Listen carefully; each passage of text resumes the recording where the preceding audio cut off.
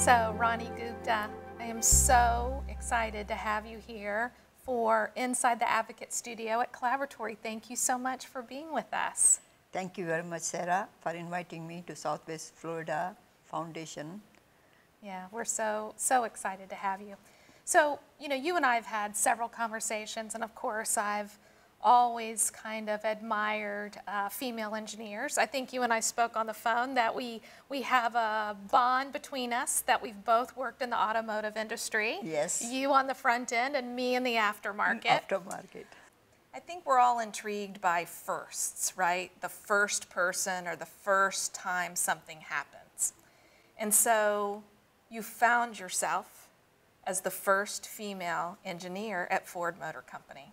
Yeah, I came looking for a job, my dream job, and later on I found out that I'm first. Did you know the significance of that? Not really, not really. Even though HR person, when I went to apply for a job and he looked at my resume and he said, are you applying for an engineering job? And I asked him, anything wrong with that? And he says, we don't have any female engineers working here. I said, you're looking at one. If you don't give me a chance, you will not have any. And he said, you are absolutely right. And he did send me for an interview. So you didn't set off to think, I'm going to be the first female engineer at a motor company? Not at all. Yeah. But my dream job was a Ford. I came to Michigan in 1966, January, with no boots, no car, no car, not even a very warm coat. Yes. But with a very big weapon. That was my dream. Yes. And at any cost, I was going to get that job. Yeah. You learned fast, though, right? You got all of those things that you needed. Yeah, but I couldn't afford any of those things for a while till I found a job first, right? So you had a lot of firsts. I mean, we talk a lot about you being the first female engineer at Ford Motor, but you had a lot of other firsts even before you got to your dream job. There was first for your family, first to make moves. Talk about some of those other firsts that led you to that point. Well, first was in India. I was the first female engineer to be admitted in engineering college. And that also in mechanical engineering, that was unheard of. Because mechanical engineering, especially in India, is more challenging, requires a lot of physical work. Like we had to work in the smithy shop, fitting shop, carpentry, milling machine, shapers, planers. We had to operate everything, and they didn't think that a woman can do all that. But I told them, I'm ready for any task. I want to become a mechanical engineer. How did your classmates react to you being there? Well, I tell you, my very first day, my very good 5 friends, they told me that they will take me to college, my very first day. And first day, most of the classes are not running, so students are standing outside in the lobbies, outside. They saw these 6 women coming on their bikes, very well dressed, so start whistling and shouting, and my friends, they stopped. They said, we are not going any further. We are going to stop right here. If you want to become an engineer one day, from this point, you are on your own. And we'll stand here and watch the show. So I said, well, I'm not going to get discouraged by these guys. So I took my bike and I just kept on going. I parked my bike, took out my books, and as soon as I started walking towards them, looks like a Red Sea had parted. They just moved. They gave me the way, and there was a pin drop silence that time. And I went upstairs and I found my class, and I put my books on my very first desk. Nobody ever touched my desk, ever. Even if I was a few minutes late, they will not sit on my desk. They knew that was your spot. That was reserved for me. Yeah. So what do you think gave you that confidence? When I was about 13 years old, Prime Minister of India, first Prime Minister Pandit Nehru, he visited our city. I heard that in the school. I got ready early in the morning, walked all the way to the big grounds where he was going to speak, found a seat on the floor near podium. I wanted to listen to his speech. He had a lot of good things to say, because after 200 years of British rule, finally India was a free country, 200 years. And he said, India has no industry. India needs industry, India needs engineers. And then he looked at us and he says, I'm not talking to you only boys. I'm talking to you girls. Consider this as your profession. And that's a day First day I even heard a word engineer. And I went home and I shared that with my mother. I said, I think now I know what I want to be. No one along the way tried to discourage you and say, no, no, that's not for you? Actually, I went to this is very interesting, because 1947, when the partition of the country, we got independence from Britishers, but that came at a very high cost. India was divided in two countries, India and Pakistan. And unluckily, my parents were on the side which became Pakistan. We had to flee in the middle of the night from our little village to the coastal town. From there we were loaded, literally loaded on the cargo ships, and took several days before we reached Mumbai. But my parents and grandparents, they were so strong. I never saw them complaining, crying, or depressed. They were very brave people. They said, whatever happens, there is a reason for that, whatever happens in life. Other things, my grandmother especially used to tell me, never, accept the things you don't have a control over, but work very hard where you can make a difference. And that I have not still forgotten. So I just let it go. When I know that it's not up to me, somebody else is controlling, I let it go. But where I know I can control, I'll put my 200% on that thing. That's an amazing story of building strength that got you to that moment. But these were my parents and grandparents. They taught me all the time, He says, if you don't believe in yourself, who's going to believe in you? Did you have mentors, or do you really feel like your family and your parents and your grandparents and maybe the prime minister that made the speech, do you see them as mentors or inspiration? I tell you, my mother, she had only 4th grade education, but I don't think any CEO can have a better vision than what she had that time. She was really visionary, hardworking, very confident, and she did not even shed one tear when she left me. I was 22 when I left India alone, and she was behind my success all the way. She saved every penny. Now people, they ask their children to go get the college loans. And here my parents, who had lost everything in 1947 when I was 5 years old, till the age when I left India, she saved every penny, even from the grocery money. She even did some extra work and saved every penny. And one day I heard my mother talking to my dad, and this is very interesting. And she said, have you ever seen me wasting any money? And Dad says, no. Have you seen me going to the movies? Even putting 1 rupee, on the card game. And she says, no, why are you asking such a silly question? She says, today I'm ready to gamble. And she is leaving. She is going. No more questions asked. That time I saw there was a pin drop silence. My dad even couldn't say even a word. And he says, you go back and you are leaving. So she was your mentor. She wouldn't have called herself that, or we might not have used those words in that time, but that was the person that really guided you. Always gave me confidence. When I was very young, she, and we had lost everything. She was looking for a job, and she couldn't find it because she had no education. She said to me, you are going to get something nobody is going to take away from you, and that's good education.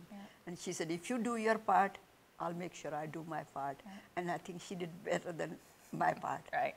Well, that's really, a mentor is really somebody that believes in you, encourages you, pushes you. What would you say to women who are pursuing their dream or their dream job or something they want to accomplish and doesn't have a person like you had, a mother in their life pushing them? Where do you think they could draw strength from, or how could they find people that could help them along the way? First of all, they have to have their own passion. That nobody can give you. You have to have passion. Then you have to be confident. You have to believe in yourself, and then work hard, and work hard. Okay? When somebody will see that you are committed, you will find somebody will come forward for you. If you cannot help yourself, nobody can help you, right? Yeah. So at the Women's Legacy Fund of the Community Foundation, the contributors are really dedicated to supporting and mentoring women and girls. What's the most beneficial thing you think you could tell a group of women who say, we want to help other women and girls? Well, first of all, if they meet them in person and see what their interests are, first you have to find that out first, you know, and how committed they are to their dream. You know, I mean, it's not just like you keep on changing, okay, maybe I want to do this today and do that tomorrow. Right. So they have to make sure that they are really committed, or just inspire them to commit to something, you know. And my mother used to ask me to write down on the 3x5 card kind of thing and read loud every night before you go to bed. And when you get up, first thing you have to read that, like people will go pray God or something. This was my dream. This is what I want to do. So, you know, they had to tell them that you have to be committed. I mean, you just cannot just say, okay, we are here for the meeting, and then as soon as the meeting is over, your dream is over. Yeah. Oh, your mom is such a good example to us all of how we can encourage other people. And I think the contributors to the Women's Legacy Fund here at the foundation, when they've presented nonprofits with grants, that's who they've looked for. They've looked for organizations that walk alongside the young women and girls. If you see them that they have drive, they have to have that drive in themselves first. Yep, and then you come alongside. Then you come along. Yeah. Like my mother told me, but then after that I was always a good student. When I started, I was only 5 years old. I was put in the refugee school. Started, and we sat on the floor, just bare floors. We did not, school did not have any furniture, but our teachers were the best teachers, I tell you. I have not forgotten my teachers. And I started with the 3 languages at the age of 5. 1, I was writing from right to left, and 2, I was writing from left to right. Have you done for other women what your mom did for you? Have you, in your career or even in your own family, I know you had sons, but have you mentored other women along the way? My younger sisters, yeah. My sister is only 2 years younger than I am. And after my first year of college, when I got very good grades, actually my dad was, first he didn't want me to go with all those guys, my dad. He was a little bit scared, little girl, daughter go to, with all these guys. But when he saw me doing so well, he said, you should go, she will help you. So I helped her all the way. I got her in Germany, I worked in Germany, and I got her a job in Germany. After 3 months after I graduated here, I got her here, you know, and she worked for Ford Motor Company for 30 years too. So I mentioned you didn't have daughters, but you had 2 sons. 2 sons. Tell us a little bit about them. I think people will recognize for sure both of their names. Tell us a little bit about your sons. Oh, both of them are amazing, amazing. And I have 5 granddaughters. I know, that's so amazing now as we well. got girls. Yeah. But my older one, a lot of people, they ask me, because he has become quite successful, at what age do you recognize that child is, you know, he was only 4 years old when I could tell that, you know, he's going to be. One day, he was in kindergarten. He just had started kindergarten. 3rd day or some of his school, he came home and he says, Mom, can I change my name? And I said, I've heard that before. So I said, sure. I said, what do you want to be? And he thought about it. He said, I want to keep same S, because his grandmother had started giving everybody a name with S. So he said, I want to be Steve. He used to watch $6 Million Man show, Steve Austin. Right. So he wanted to be Steve. So then I asked him, I said, Sanjay, how many Steves are in your class? And he said, there were 5 Steves in his class already. Pretty common name, right? So now I said, Sanjay, now there will be 6 Steves, you know, after we change your name. But one of those 6 Steve is going to do very good, and people will have a hard time finding out which Steve has done good. But the day Sanjay will do good, there will be only one Sanjay. This poor guy at the age of 4 probably couldn't sleep all night, kept thinking what Mom said. He came to my room and he said, Mom, get up and go to work. I said, no, I am supposed to go to your school today so I can sleep in late. And he says, no, go to your work. I don't want to be Steve, I want to be Sanjay. And he never ever came back after that. Since then, he has done lot of good things. You know, when he was in high school, through junior achievement, he got Outstanding Businessman's Award. Over there, this editor of the newspaper, he came to our house and he wanted to interview Sanjay. So he asked Sanjay, he said, I'm going to ask you one question, but you don't have any time to think. As soon as I ask, you have to start speaking. Even I was wondering what he's going to ask and why he doesn't want him to think. All he did was put a mic on his face and he said, say something. Say something. That's all the question was. And you know what he said? Life should be lived to the fullest. And one should not be afraid to do anything if you believe in it. That's And it made a headline news. Yeah.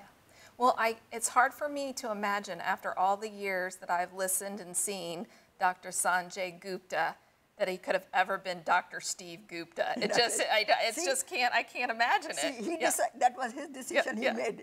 He made his decision. And after that, Sanjay name has become so popular because a lot of people used to even mispronounce Sanjay. They will say something, you know, especially when he was 4-year-old. Right. But it became a... And your other son? My other son, his name is Sunil, and we changed his spelling because so people can pronounce it better. It's Suneel. He did his law and MBA, both in 3 years from Northwestern and Kellogg. And every time he has graduated from anywhere, he has been always chosen to be a speaker for graduation ceremony. So he was he was nominated by Northwestern for Supreme Court bar. He's a visiting scholar with Harvard. And in 2018, he ran for U.S. Congress from Michigan, from the same district where he was born. So look what your dream so many years ago started, something beautiful. And you say you have 5 granddaughters. Now, how old are they? And are they at an age where you're giving them advice now? Are they looking to you to help them find their way? Well, 5. Oldest one is 13. Okay, so she is coming to 13, you at this point. 11, 9, 6, and Sunil's daughters are 6 and 2. So all 5 are girls. Yeah, they are amazing. I mean, I don't think they need any advice. They are smart on their own. I mean, they are, you know, I mean, especially, you know, they have a very good parents. My both daughter-in-laws are amazing girls. So, and they know, and they are giving them very good values. You know, with having 2 sons, do you think they had an easier road getting to where they were going because they were boys? Do you think it would have been the same experience had they been girls? I don't think so. You know, especially if I was raising boy or a girl, my mother didn't see any difference. You know, actually I have a brother who's 20 years younger than I am because we were 2 born, myself and my other sister, we were born before partition of India and Pakistan. And then and my mother was very young when she had us.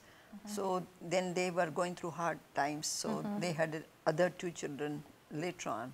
So everybody was, and when I left India, I was 22 and my brother was only 2 years old. Everybody was asking my mother, you must be out of your mind to give all the money, all your life. They gave me their lifetime saving. Right, and maybe worried what will happen to the son, right? Yeah, I mean, but not my mother. My mother was very brave. She said, this is her time, and she has worked hard. She deserves it. When his time comes, God will help us that time. Whatever happens, I don't care. She said, we have lost one without our, I mean, they had nothing to do with it, with the partition. So she was not worried. And she was brave, she was visionary, and I really salute her. Yeah. So there's a theme here all the way along. No one treated you differently because you were a young girl or a young woman, or no one, including your mother or HR people or professors, all along the way treated you the same.